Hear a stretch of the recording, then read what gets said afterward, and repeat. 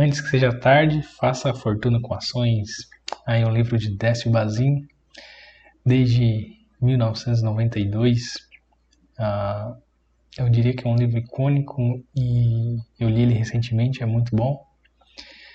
Eu acho que assim, a proposta deles é bem simples, porém também é bem elegante.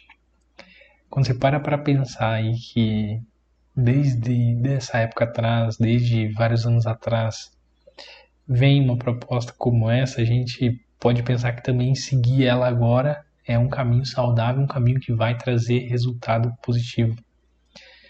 Basicamente, eu diria que resumir o livro seria entre comprar empresas que pagam dividendos.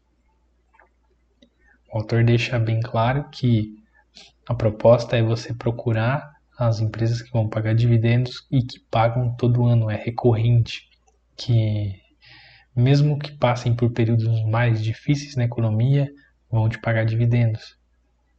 Ele coloca um limite mínimo que você deve ficar com elas quando elas estão pagando, por exemplo, 6% ao ano em dividendos. O autor coloca como se fosse uma cobertura para as outras oportunidades de investimento, para que seja no mínimo atrativo esse valor em comparação com as outras oportunidades. Senão, de certo modo, a gente deveria acabar investindo em outras oportunidades. Não sei se cabe realmente definir esse mínimo igual ele coloca, se seria no valor que ele traz ou um pouco a mais. Enfim, acho que muda bastante, pode mudar bastante. Isso vai do que cada pessoa está esperando para si, vamos dizer, na carteira dela. Acho que a proposta pode ser avaliada por cada um. Porém, a proposta que o autor traz sobre investir em empresas que traz dividendos é relevante basicamente para todo mundo, né? Dividendos, diversas pessoas, diversos autores colocam que é a base do que a gente deveria procurar quando a gente está investindo. Porque ele nada mais é do que como se fosse o resultado que realmente a gente tem da compra da ação. Dividendos são como se fosse a distribuição do lucro líquido para os acionistas. Então a empresa está pagando sobre o resultado que ela teve em determinado período para os detentores das ações. Isso faz com que a gente possa pegar também esse dividendo e reinvestir, comprando cada vez mais ações. Se for olhar isso historicamente, é o que também acaba trazendo o retorno ao longo do tempo. Se você só investir e comprar determinada ação e não reinvestir os dividendos, você acaba tendo um retorno muito menor ao longo do tempo, principalmente pelos juros compostos. No começo, o autor trata como era difícil, por exemplo, ter empresas que pagavam dividendos, até porque acho que deviam ter menos empresas na bolsa, então tinha uma limitação do que era ali plausível para se olhar, para se analisar, para se buscar. Embora não quer dizer que hoje seja fácil, mas também é possível encontrar empresas qualificadas da forma como o autor traz, que pagam ano a ano dividendos superiores a 6%. Eu acho que é interessante porque se parar para pensar, você entende que uma empresa que vem pagando dividendo ano após ano, acima de 6%, ela relativamente é bem estruturada e normalmente as empresas que estão bem estruturadas tenderiam a continuar estruturadas, tenderiam a continuar, por exemplo, dominando o mercado. Então, se a empresa sai desse patamar, o que vai acontecer? Quer dizer que ela talvez não está performando assim tão bem. Então faz sentido, por exemplo, que nem ele tira ela da carteira e coloca outra que se adequa aos princípios que ele busca, que ele traz aí pelo livro. O outro princípio que ele coloca, de certo modo, é não comprar empresas muito endividadas. Eu acho que isso é um ponto em que a gente deve olhar, principalmente quando as coisas não estão tão boas.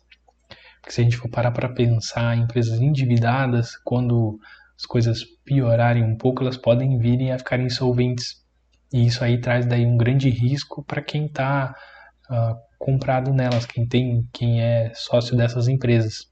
Então, isso é um ponto que ele traz, embora não fique tão claro quanto ele coloca de limite para esse endividamento.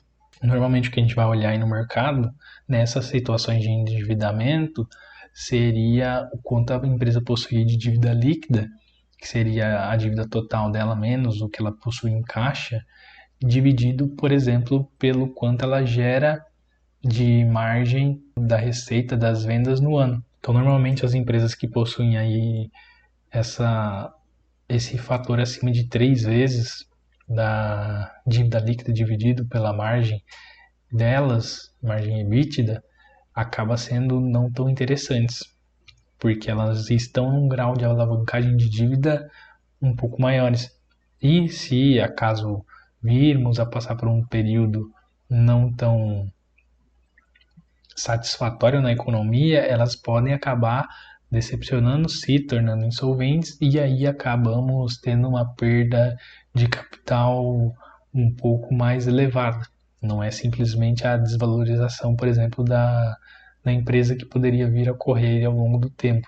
Fala também de outras coisas, sobre coisas que ocorreram na bolsa, fala algumas coisas sobre investidores, a forma de cada um, uh, que é interessante também de se analisar, de se parar para pensar, que hoje mudou muito a forma de negociação daquela época para que a gente tem agora, mas o ponto-chave é esses dois princípios.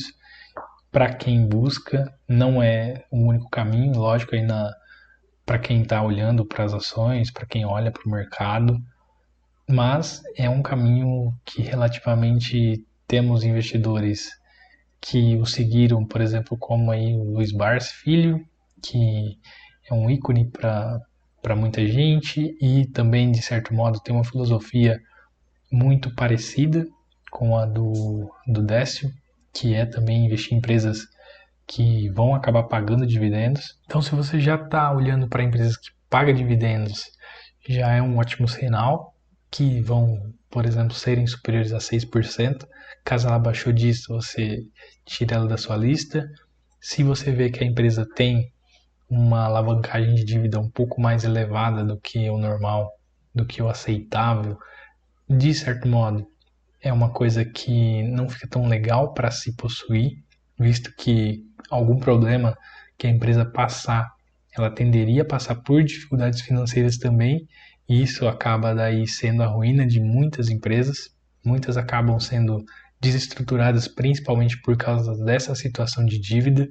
Quando a empresa está endividada e acontece alguma coisa, as coisas acabam virando uma bola de neve e aí foge do controle.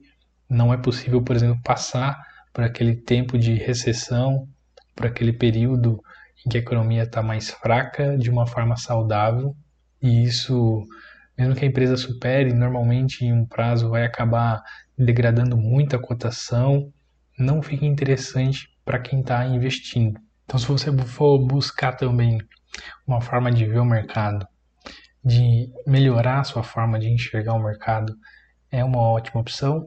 Você vai entender um pouco mais sobre como olhar para as empresas da ótica de investir para ter a renda de dividendos e também entender como era um pouquinho do mercado, o que aconteceu naquela época e do que normalmente as pessoas falavam e como elas olhavam para o mercado.